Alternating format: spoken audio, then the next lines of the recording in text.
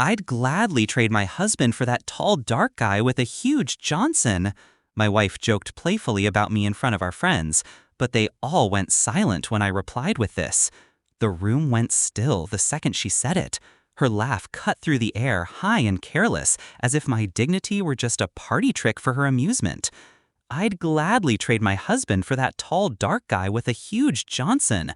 Our friends chuckled nervously, eyes darting between us, waiting for me to laugh it off. But I didn't.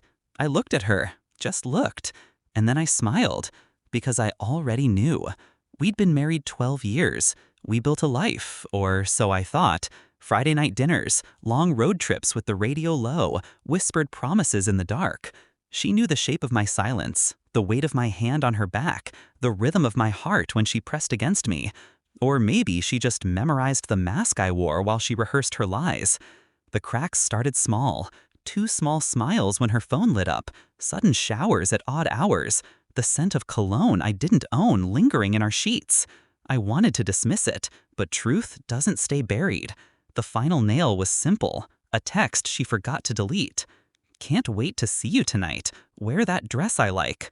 Not for me. Never for me. That was the moment my love for her died, quietly, without ceremony. And in its place, something colder bloomed. I didn't confront her, not yet.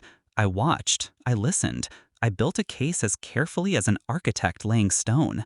I installed discrete cameras in the house, synced to a private cloud.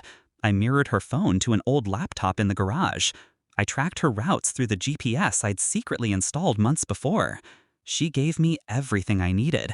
Every photo, every timestamp, every careless moan into the wrong man's chest. While she thought she was living freely, I was already setting the trap. I met with a lawyer, calmly, without emotion, laid out the evidence like a portfolio. He told me it was ironclad. Divorce would be clean, assets split in my favor, custody mine if I wanted it. But divorce was too merciful.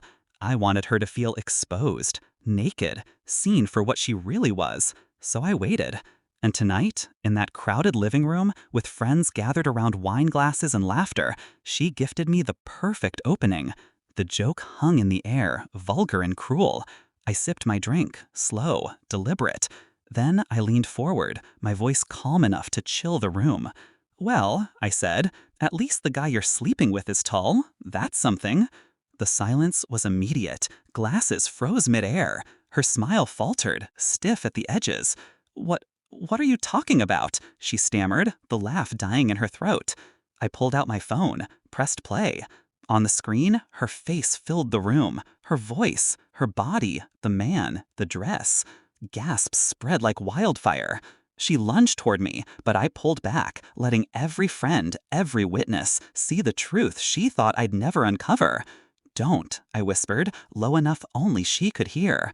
"This is just the beginning." The fallout was swift. Friends excused themselves, awkward and pale. One by one, they slipped out, unable to look either of us in the eye.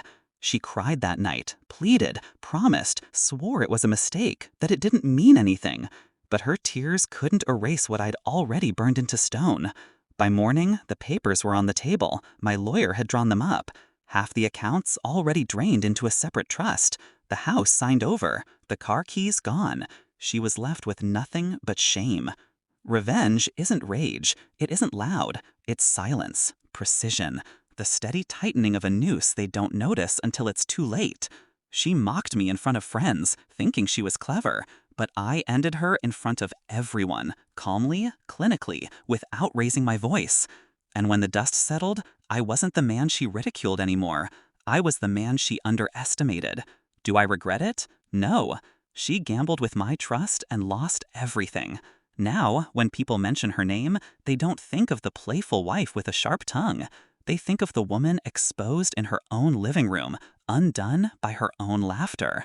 As for me, I walked away clean, free, and sometimes when I recall the silence after my reply, I smile. Because in that silence, she finally understood who I really was. The husband she joked about, the man she thought was blind, the one who, in the end, held all the power.